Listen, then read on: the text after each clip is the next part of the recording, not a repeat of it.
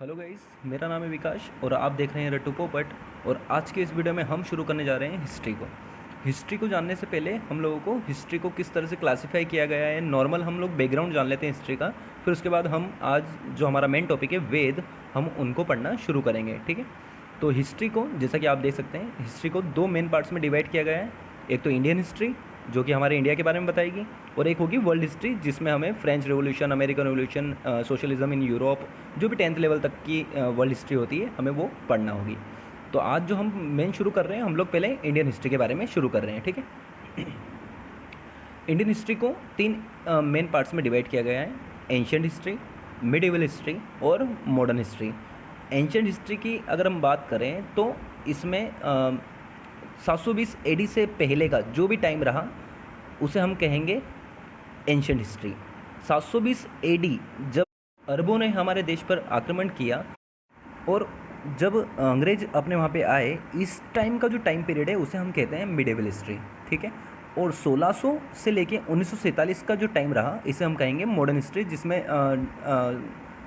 Nationalism in India और different types की जो चीज़ें हुई हैं हम उसके बारे में बात करेंगे। ठीक है, तो सबसे पहले हम शुरू करते हैं एंशियंट हिस्ट्री के बारे में। ठीक है, तो एंशियंट हिस्ट्री में हमें पढ़ना है, पहले तो आप दो शब्दों के मतलब जान लीजिए, एक तो बीसी और एक एडी।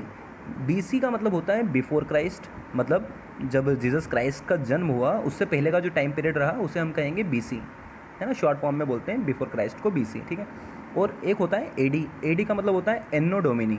ठीक है, एनो डोमिनी मतलब क्या, जब जीसस क्राइस्ट के जन्म के बाद की बात होती है तो हम उसे कहते हैं एनो डोमिनी। ठीक है, फॉर एग्जाम्पल आप ऐसा समझिए कि अगर मैं बात कर रहा हूँ 560 बीसी की, ठीक है, तो 560 बीसी अगर आपको आज से मैं पूछूं कि बताइए आज से कितने पुरानी साल अगर मैं बात कर रहा हूँ, तो आपको क्या करना है, जैसे आज कौन सा ईयर चल रहा है अभी 2021। ठीक है, तो 2021 में आपको क्या करना है, 560 बीसी को ऐड कर देना है, जोड़ देना है, तो आपको मिलेगा 2580 साल।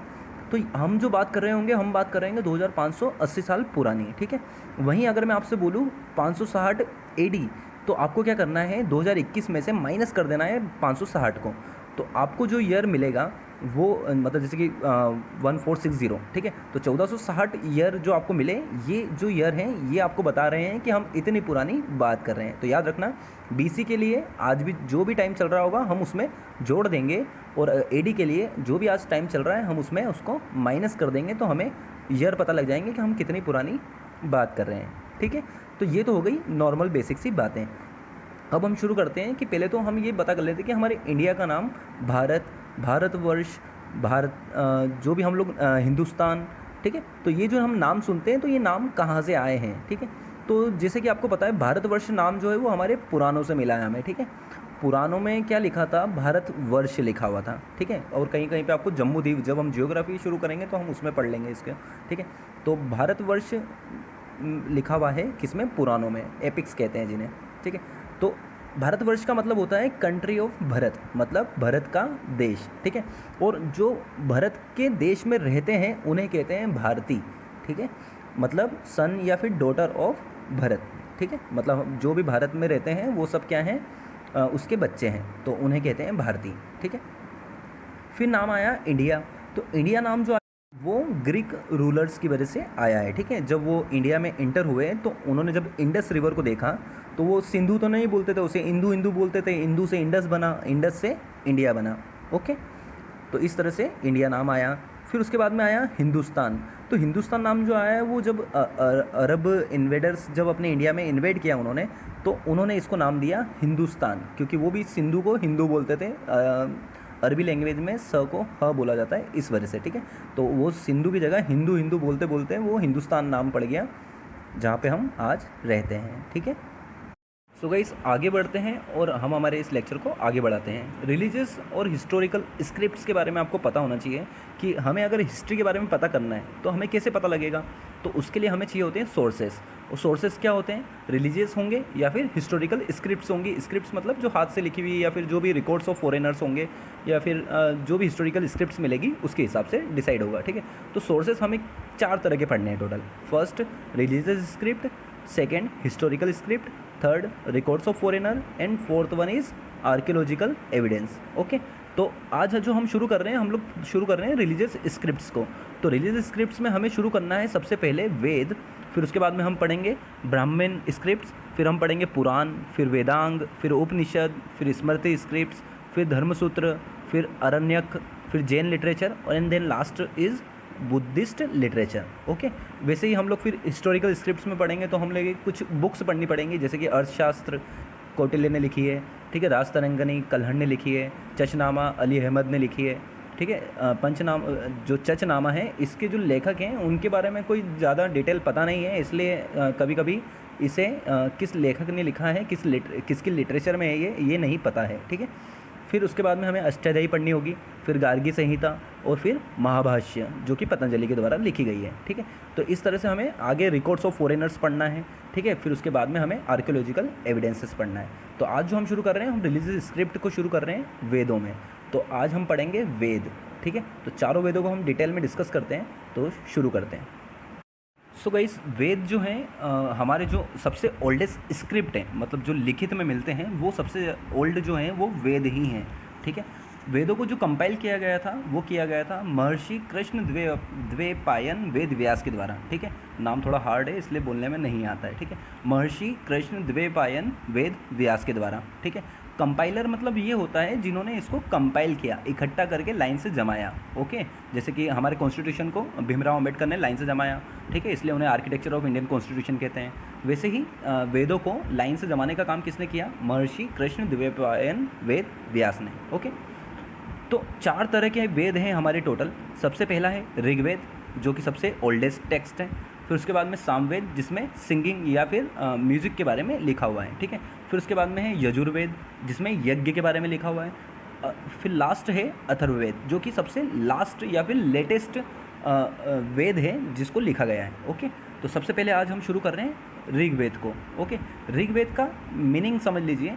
ऋग्वेद का मीनिंग होता है collection of systematic knowledge of Richa या फिर हाइम्स। हाइम्स मतलब क्या होता है? सूत्र या फिर मंत्र, ठीक है। तो जो मंत्र हैं उनका सिस्टमेटिक नॉलेज की तरह उन्हें कलेक्शन किया गया है, किसमें? ऋग्वेद में, ओके। फिर इसका स्ट्रक्चर की बात करते हैं, तो इसमें टोटल 10 मंडल हैं, मतलब चैप्टर्स हैं, कितने? 10, ठीक है। और 1028 क्या है इसमें? सूक्त हैं। और 10,462 क्या है इसमें? मंत्र या फिर ऋचा हैं, ओके। और 10,462 ऋचाओं में 250 मतलब 250 मंत्र जो हैं वो किसको समर्पित किए गए हैं? किसके लिए हैं? वो इंद्र के लिए हैं, ठीक है। और जो 200 मंत्र हैं वो किसके लिए हैं? अग्नि के लिए हैं। तो इससे हमें पता लगा कि उस समय ऋग्वेद के टाइम पर जो सबसे ज़्यादा डोमिनेंट भगवान हुआ करते थे वो कौन थे? इंद्र भगवान थे, ठीक है। इसको जो पढ़ने वाले होते हैं, जो ऋग्वेद को पढ़ता है, जैसे पुराण को पढ़ने वाले को पुजारी कहते हैं, ठीक है। तो वैसे ही जो ऋग्वेद को पढ़ने वाला पुजारी होता है या फिर जो पंडित होता है उसे कहते हैं होत्र, ठीक है। होत्र की स्पेलिंग यही होती है, ओके। तो कंफ्यूज मत होना, होत्रु मत पढ़ना, ऐसे होत्र ही पढ़ते हैं, ठीक है। अच्छा, इसके बारे में इसमें क्या क्या इन्फॉर्मेशन मिलती है, ऋग्वेद में हमें क्या क्या इन्फॉर्मेशन मिलती है, तो याद रखेंगे। इसमें हमें पता लगता है पॉलिटिकल सिस्टम ऑफ आर्य के बारे में, ठीक है। तो आर्यन कौन थे, क्या थे, जब हम आगे पढ़ेंगे तब हम पता कर लेंगे। आज हमें वेदों के बारे में ही पढ़ना है, ठीक है। तो पॉलिटिकल सिस्टम ऑफ आर्य, ठीक है। आर्य जो थे उनकी राजनीतिक व्यवस्था के बारे में किससे पता लगता है? हमें ऋग्वेद से, ठीक है। फिर उसके बाद में जो 3rd मंडल है उसको हमें ध्यान से पढ़ना होगा, क्योंकि उसमें जो गायत्री मंत्र लिखा हुआ है, जो कि भगवान जो सूर्य भगवान है, सन गॉड हैं, उनके लिए वो गाया गया है, ठीक है। किसने कंपोज किया है इस गायत्री मंत्र को? तो याद रखना, विश्वामित्र ने किया है। किसने? विश्वामित्र ने 3rd मंडल में जो गायत्री मंत्र है उसे कंपोज किया है। किसको डेडिकेटेड है ये सॉन्ग? तो याद रखेंगे, गायत्री मंत्र जो है वो भगवान सन को या सूर्य देवता को समर्पित किया गया है, ठीक है। फिर उसके बाद में हमें 8th मंडल के बारे में पता होना चाहिए। 8th मंडल जो है उसमें description of handwritten hymns मिलता है, ठीक है। हैंड रिटन हाइम्स मतलब क्या होता है? इन्हें ना पुराने टाइम पर खिल कहा जाता था, खिल, किल नहीं, खिल, क्या ना, ख खरगोश का, ओके। तो खिल कहा जाता था किन्हें? जो 8th मंडल में हाइम्स लिखी हुई है उन्हें। ये हैंड रिटन है, इतना भी याद रखना हमें। 8th मंडल में हैंड रिटन हाइम्स हैं जिन्हें क्या कहा जाता था? खिल कहा जाता था, ठीक है। फिर उसके बाद में हमें 9th मंडल के बारे में पता होना चाहिए। 9th मंडल या फिर 9th चैप्टर जो है उसमें गॉड सोम के बारे में लिखा हुआ है, ठीक है। जैसे कि आपने सोम रस के बारे में सुना होगा। सोम रस क्या हुआ करता था पुराने टाइम पर? इसे आज के टाइम पे तो हम उसे ऐसा समझते हैं कि वो एल्कोहल हुआ करता था, जबकि ऐसा नहीं है। वो एक तरह की एनर्जी ड्रिंक हुआ करती थी, जो कि जब कबीले आपस में लड़ा करते थे तो वो इस ड्रिंक को पिया करते थे, ठीक है। तो energy drink at the time of war जो वो ड्रिंक करते थे, ठीक है। सोमरस उसे कहा जाता था। तो 9th मंडल जो है उसमें गॉड सोम के बारे में लिखा हुआ है, ओके। अब हम बढ़ते हैं 10th चैप्टर की तरफ। 10th चैप्टर जो है उसमें 4 वर्ण सोसाइटी, 4 वर्ण सोसाइटी, जिसमें आपने ये सुना होगा ना, ब्रह्म के मुंह से जो ब्राह्मण थे उनका जन्म हुआ, बाजुओं से मतलब जो उनके शोल्डर्स थे उनसे किसका जन्म हुआ, क्षत्रिय का हुआ, और जो उनकी जांघें मतलब जो अपनी थाई होती है उनसे मतलब भगवान जो ब्रह्म थे उनके जो जांघों से जिनका जन्म हुआ उन्हें वैश्य कहा जाता है, और जो पाँवों से, फीट से जिनका जन्म हुआ उन्हें शूद्र कहा जाता है, ठीक है। ये सब जो है हमने बनाया है, ओके। ऐसा कहीं पे नहीं लिखा हुआ है। धर्मसूत्र में जो एक बुक है उसमें ऐसा बताया गया है कि इनके कामों के हिसाब से, है ना, जो काम जैसा करेगा उसके हिसाब से उसका वर्ण डिसाइड होगा। उसमें ऐसा कहीं नहीं लिखा है कि जैसे जो ब्राह्मण होते हैं उनका मुंह से जन्म हुआ है, ऐसा कहीं नहीं लिखा है, ठीक है। तो याद रखना, धर्मसूत्र में इनके कामों के बारे में इनके डिस्क्रिप्शन दिया हुआ है, ठीक है। तो ब्राह्मण कौन होंगे, जो पढ़ाई करवाएंगे, जो एजुकेशन प्रोवाइड करवाएंगे, ठीक है। और क्षत्रिय कौन होंगे, जो डिफेंस का काम करवाएंगे, ठीक है, जो डिफेंस में होंगे, लड़ाई झगड़े मतलब लड़ाई झगड़े नहीं, जो बैटल्स वगैरह में जाएंगे, ओके। वैश्य कौन होंगे, जो व्यापार में जाएंगे, जिनका अपना बिजनेस होगा, जो बिजनेस करने पे ध्यान देते होंगे, ठीक है। और शूद्र कौन होंगे, जो सर्विस दिया करेंगे, ठीक है, जो सेवाओं का काम करेंगे उन्हें क्या कहेंगे, शूद्र कहेंगे, ठीक है। तो आई थिंक आपको ये क्लियर हो गया होगा। ऋग्वेद इतना ही पढ़ना है आपको, ओके। इसके बाद में अब हम शुरू करते हैं सामवेद को। तो सामवेद को आपको जो याद रखना है, स से सामवेद और स से संगीत, ठीक है। तो याद रखना, सामवेद जो है उसमें म्यूज़िक दिया हुआ है। म्यूज़िक मतलब क्या, देखिए जो ऋग्वेद में जितने भी हाइम्स दिए हुए हैं, जितने भी मंत्र दिए हुए हैं, तो उनका उच्चारण कैसे करना है, उन्हें याद कैसे रखेंगे। तो जैसे आपने देखा होगा ना, म्यूज़िक अपने को ईजिली याद हो जाता है। क्यों हो जाता है, क्योंकि म्यूज़िक को याद रखना ईजी होता है, एक धुन दिमाग में बैठ जाती है तो उसे याद करना ईजी होता है। तो वैसे ही सामवेद में म्यूज़िकल हाइम्स दे रखी हैं, जिसके थ्रू आप ऋग्वेद को या फिर जो भी हाइम्स होती हैं उन्हें ईजिली पढ़ सकते हैं। जैसे कि आपने देखा होगा सुंदरकांड में किस तरह के मंत्र को उच्चारण किया जाता है, उनको पढ़ने का तरीका होता है, है ना, इस तरह से।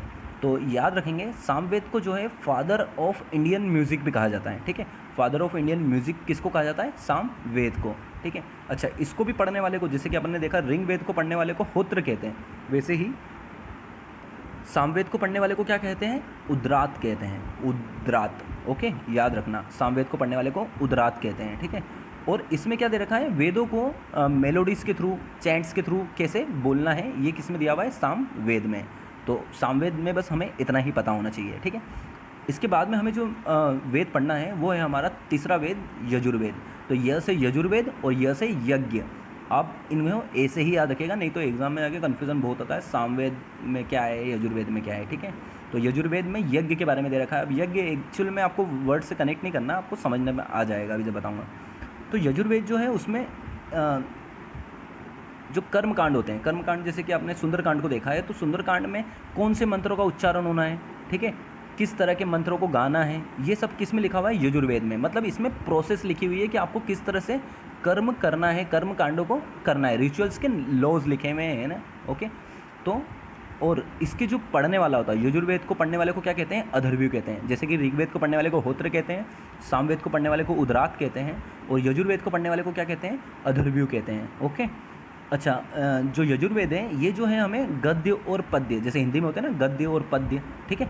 तो प्रोज और वर्स, गद्य को इंग्लिश में बोलते हैं प्रोज और पद्य को बोलते हैं वर्स। तो प्रोज और वर्स दोनों के रूप में कौन लिखा हुआ है, यजुर्वेद लिखा हुआ है, ठीक है। तो 3 पॉइंट याद रखना है आपको। इसका रीडर कौन होता है, अधर्व्यू। इसे किस तरह से लिखा हुआ है, तो गद्य और पद्य के रूप में, प्रोज और वर्स के रूप में लिखा हुआ है, ठीक है। और इसमें क्या दिया हुआ है, तो इसमें रिचुअल्स को किस तरह से फॉलो करना है, किस तरह के रूल्स उसमें लगेंगे ये बताया हुआ है, कर्मकांडों को कैसे करना है, ठीक है। तो आपको ये समझ में आ गया होगा। अब हम लास्ट वेद हमें पढ़ना है अथर्ववेद, ओके। अथर्ववेद क्या होता है, तो अथर्ववेद का नाम जो है वो अथर्व ऋषि की वजह से आया है, ठीक है। तो अथर्व ऋषि हुआ करते थे, उन्होंने इसको लिखा है, ठीक है। तो अथर्व अधर्व ऐसे याद रखिएगा, ठीक है। अच्छा, इसमें किस किस चीज़ की इन्फॉर्मेशन मिलती है, ठीक है। तो याद रखना, इसमें तंत्र मंत्र, टोना टोटके, विच क्राफ्ट, ओके, और मैरिज कैसे होनी है, ठीक है, डिजीज़ प्रिवेंटेशन, बीमारियों से कैसे बचना है, ये सब किस में लिखा हुआ है, अथर्ववेद में, ठीक है।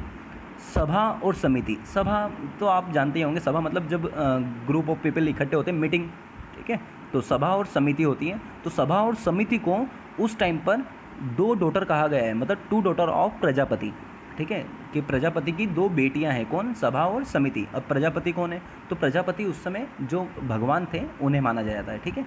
प्रजापति उस समय के भगवान थे जिनकी दो बेटियां हैं, कौन, सभा और समिति। तो याद रखना इसमें जो इसके जो रचयिता होते हैं वो कौन है, अथर्व ऋषि, ठीक है। इसमें किस किस चीज़ की इन्फॉर्मेशन मिलती है, तंत्र मंत्र, डिजीज प्रिवेंटेशन, ठीक है, विचक्राफ्ट की, और मैरिज कैसे करनी है इसके बारे में, ठीक है। और सभा समिति को इसमें सभा समिति को प्रजापति की दो बेटियां बताया हुआ है, ठीक है। अच्छा, इसमें एक चीज़ और लिखी हुई है कि अथर्ववेद जो है इसकी एक चीज़ बुरी है। क्या बुरी है, कि कन्याओं के जन्म की निंदा करता है। कन्याओं के जन्म की मतलब जैसे अगर किसी के वहाँ पे लड़की पैदा हुई है तो ये उसकी निंदा करता है कि लड़की का पैदा होना श्राप है। ओके, तो ये याद रखना, कन्याओं के जन्म की निंदा, ठीक है, कौन करता है, तो वो करता है अथर्ववेद। ओके, तो ये थे हमारे वेदों के बारे में। इसके बाद वाला जो लेक्चर आएगा वो आएगा वेदांग के ऊपर। तो मिलते हैं नेक्स्ट लेक्चर में। Thank you.